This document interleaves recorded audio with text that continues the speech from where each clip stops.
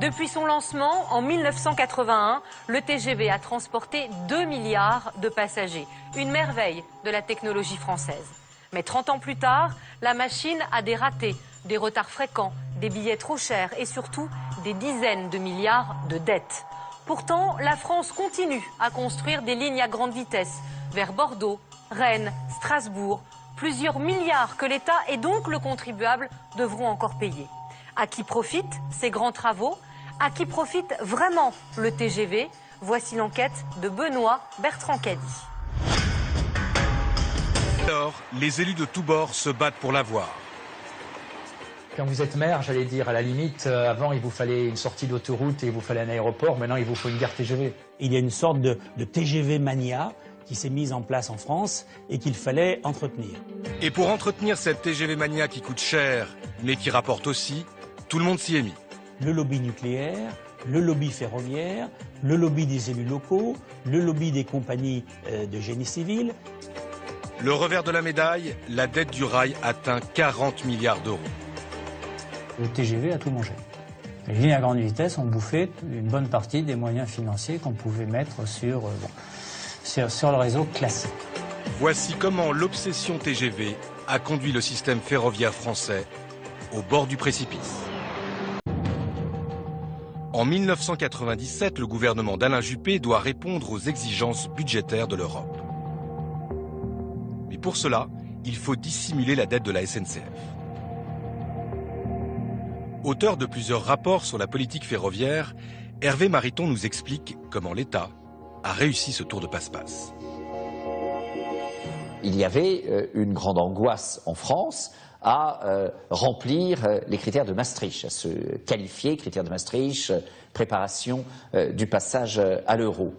Et une réforme qui, au fond, a été bien comprise à la fois par la gauche et par la droite, a amené à cantonner la dette dans une structure suffisamment indépendante de l'État, supposément autofinancée, très supposément, en disant cette dette, elle ne compte plus d'un point de vue maastrichtien.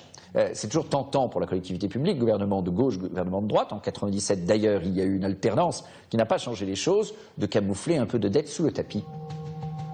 L'État a donc transféré la dette de la SNCF au sein d'une nouvelle structure, Réseau Ferré de France.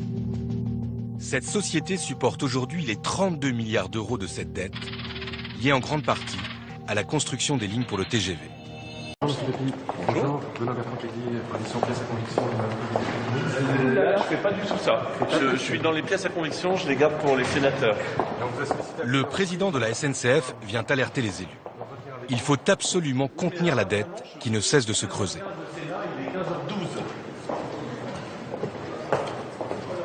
Voici précisément ce qu'il leur a confié. C'est bien qu'on soit à huis clos. C'est bien pour la dette parce qu'on ne peut pas en parler publiquement. La situation est proprement dangereuse. La dette, aujourd'hui, c'est 32 milliards pour le réseau. Dans le meilleur des scénarios, si on n'ajoute pas de projet, nous serons à 45 milliards d'euros en 2022. C'est la dette plancher. Et si on n'est pas vertueux, c'est 60 milliards. 60 milliards d'euros. Pierre Cardot est chargé du contrôle des activités ferroviaires. Pour lui, le grand responsable, c'est le TGV. Le TGV a tout mangé. Les lignes à grande vitesse ont bouffé une bonne partie des moyens financiers qu'on pouvait mettre sur le réseau classique. Alors maintenant, on en revient. Au niveau de la SNCF, le discours manifestement n'est plus tout à fait le même, tant mieux. Sauf qu'on est quand même parti sur une sacrée trajectoire et qu'on va payer ça pendant très longtemps. D'autant que de nouvelles lignes TGV continuent de sortir de terre. Le TGV est un immense progrès. Nous allons construire 2000 km de lignes nouvelles. Parmi ces projets, le plus important doit prolonger la ligne Paris-Tours jusqu'à Bordeaux pour relier Toulouse d'un côté et la frontière espagnole de l'autre. Coût estimé, plus de 27 milliards d'euros. Et selon notre économiste des transports, malgré les risques financiers, le géant du bâtiment a déjà atteint ses objectifs. La concession n'ira sans doute pas jusqu'au bout.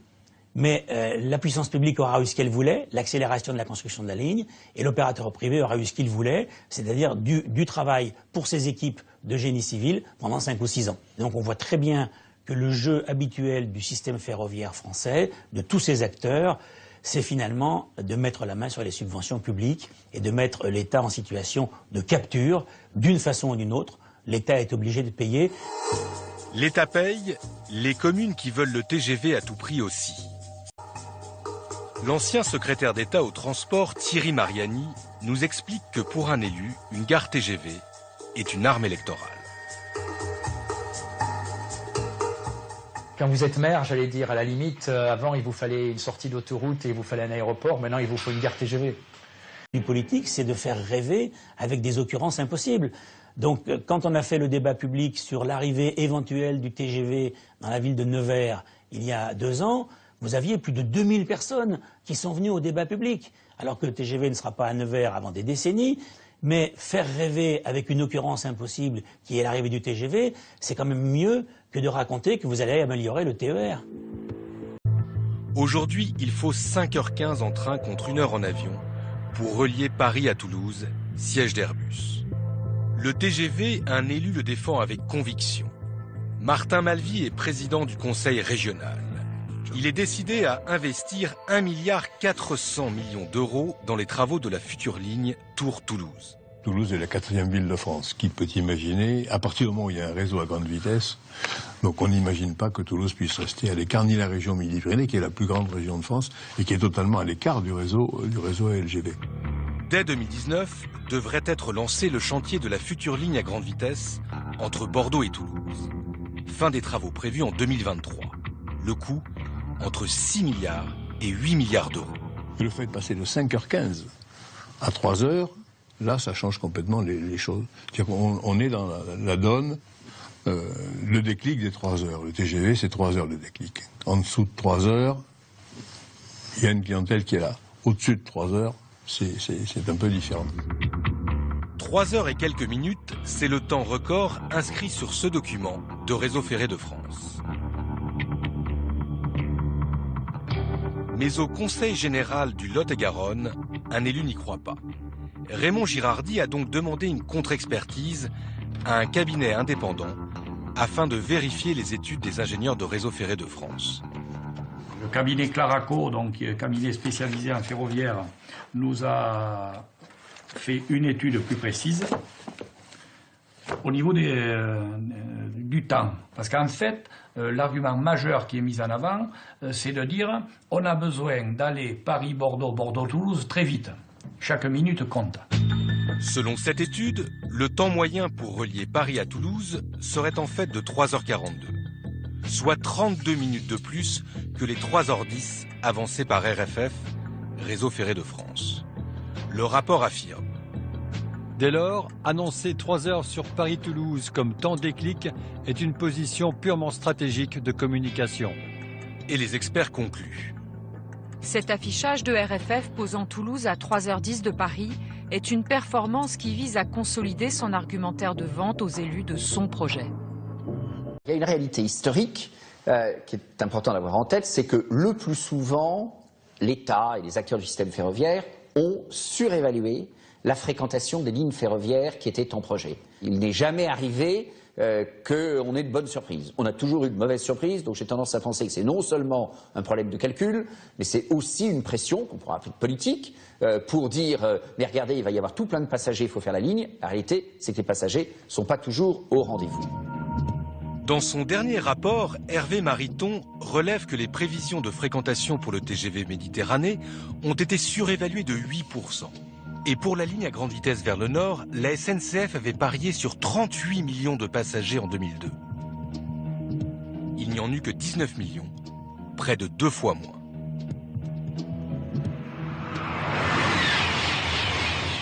Des études de fréquentation peu fiables et des choix toujours plus coûteux. Entre Bordeaux et Toulouse, il existe déjà une ligne. Pour Raymond Girardi, son réaménagement permettrait d'y rouler à 200 km/h. Tout est en place, l'assise de la voie est liée, le foncier existe, l'électrification existe, les voies de délestage également. À l'arrivée à Agen, il y a 3 voies, 4 voies pour que les trains lents, tels que les trains de marchandises, puissent se garer le temps que le TGV puisse passer. Donc l'équipement lourd existe.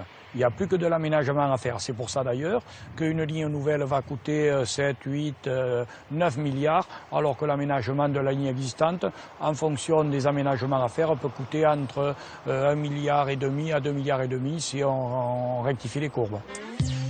Mais les ingénieurs de Réseau ferré de France ont rejeté cette option. Ils affirment que la ligne entre Bordeaux et Toulouse serait saturée. En 1 heure de temps, à 11 h du matin, un lundi, nous n'avons vu passer qu'un seul train. La ligne ne semble pas vraiment surchargée. Marie de Laplace est urbaniste et chercheuse. Elle vit à Reims, mais son bureau se trouve à Marne-la-Vallée, en région parisienne. Avant ses recherches sur l'impact économique de l'arrivée du TGV dans sa ville, l'urbaniste estime qu'aucune étude sérieuse n'avait été réalisée. Il y a un tel effet d'image qui est associé au TGV que c'est comme si les effets étaient automatiques. C'est-à-dire que le TGV arrive quelque part, forcément c'est bien.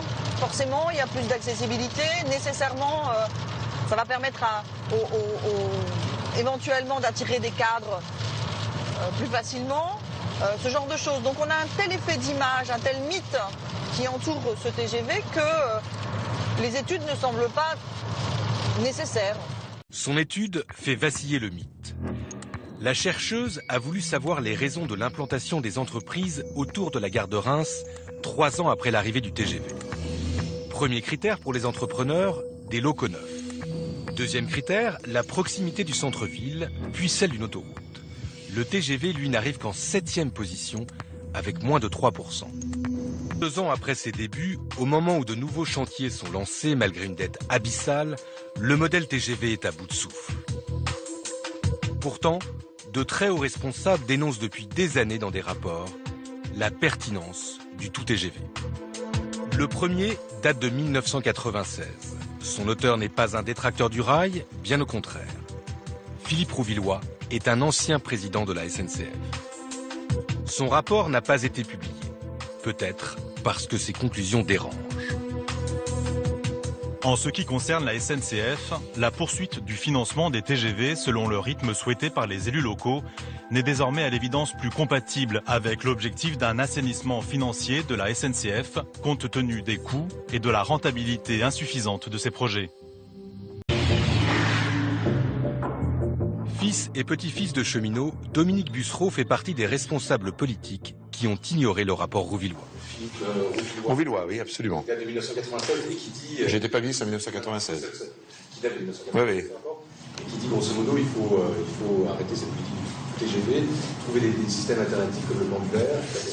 Le pendulaire, ça marge pas. Alstom a investi dans une société italienne pour... Oui, mais ça n'a pas donné de bons résultats.